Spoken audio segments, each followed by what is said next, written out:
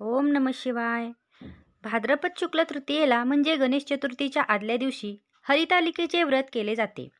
भगवान शंकर आणि माता पार्वती हे या व्रताचे देवता असल्याने हे सर्वात श्रेष्ठ व्रत मानलं जातं. देवी पार्वतीने हे व्रत महादेव पती म्हणून मिळावेत यासाठी केले होते. देवी पार्वतीची कठोर तपश्चर्या पाहून भगवान शंकर प्रसन्न झाले आणि देवी पार्वतीला दर्शन दिले आणि माता पार्वतीला पत्नी म्हणून स्वीकारले.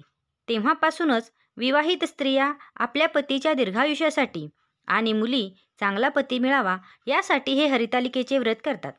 या व्रताची कथा आता आपण ऐकूया. कहाणी श्री हरितालिकेची.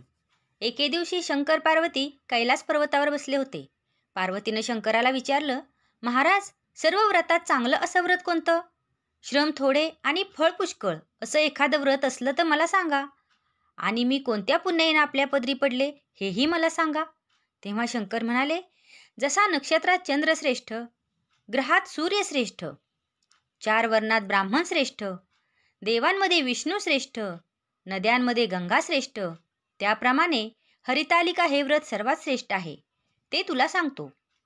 तेच व्रत तू पूर्वजन्मी हिमालय पर्वतावर केलंस आणि त्याच पुण्यानं तू मला प्राप्त झालीस. ते ऐक. हे व्रत भाद्रपद महिन्यातील पहिल्या तृतीयेला करावं. ते पूर्वी तू कसं केलंस ते मी तुला आता सांगतो.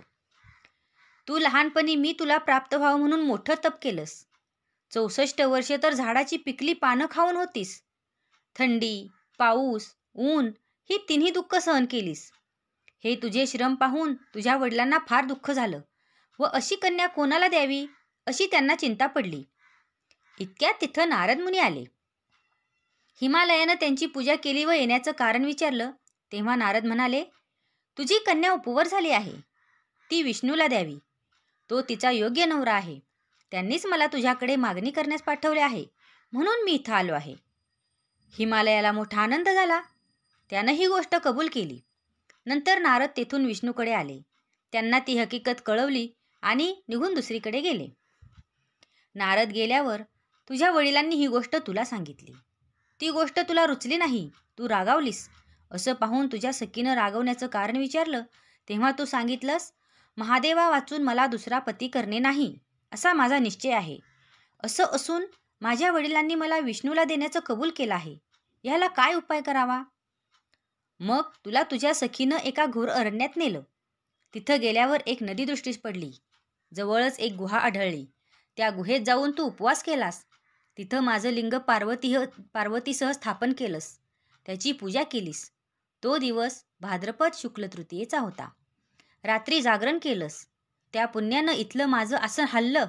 नंतर मी तिथं आलो, तुला दर्शन दिलं आणि वर मागण्यास सांगितलं. तू म्हणालीस, तुम्ही माझे पती व्हावं याशिवाय दुसरी इच्छा नाही.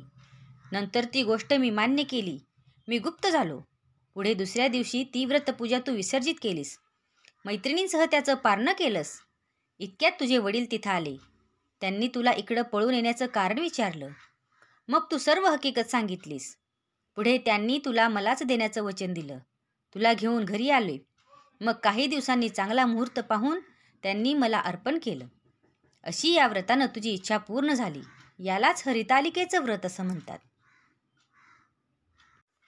अशा प्रकारे हे हरितालिके व्रताची कथा संपन्न झाली. ओम नमः शिवाय.